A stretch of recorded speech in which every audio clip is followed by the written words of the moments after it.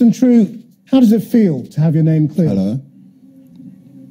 Oh, it feels absolutely wonderful. I feel really wonderful.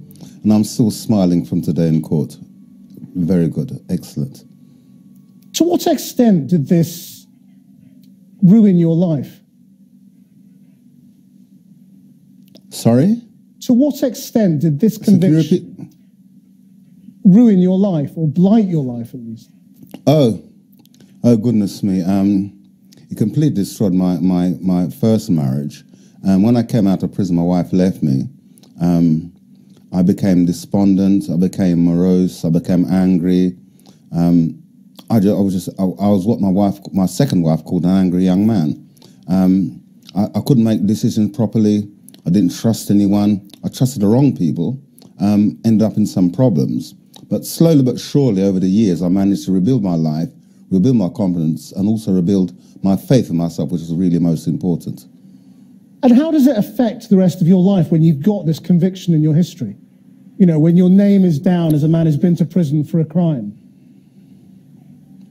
Well, going to prison for a crime you didn't commit basically destroys your confidence in yourself. It also destroys the way you're able to relate to other people. You keep it to yourself.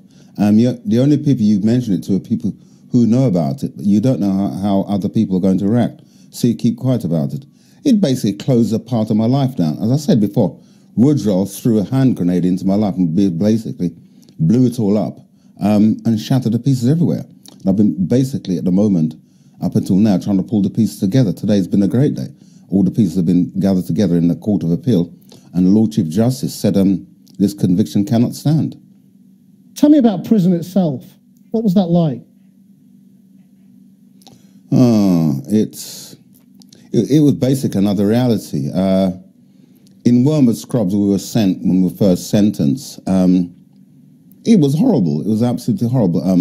You were in a routine where you couldn't do as you wanted. You were told what to do by prison officers.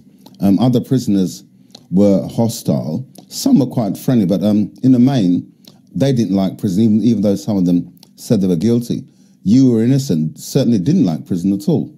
We were then transferred from Wormwood Scrubs into Eastchurch, a semi-open prison on the Isle of Sheppey in Kent.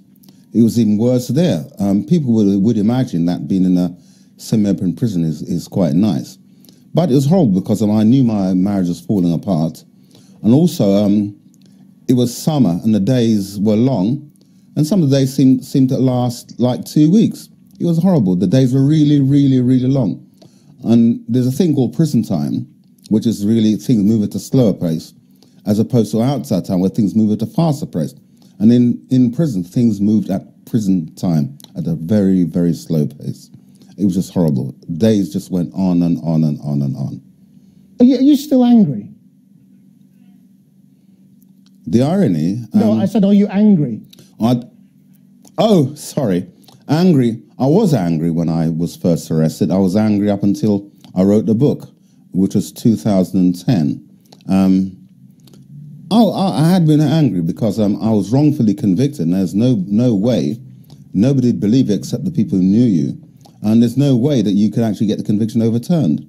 And I worked hard, I wrote a book, and gladly enough, Stephen Simmons saw the book, had his conviction overturned by using information from the book, and then I used his conviction, his overturn of his conviction, to overturn my conviction. So we helped each other.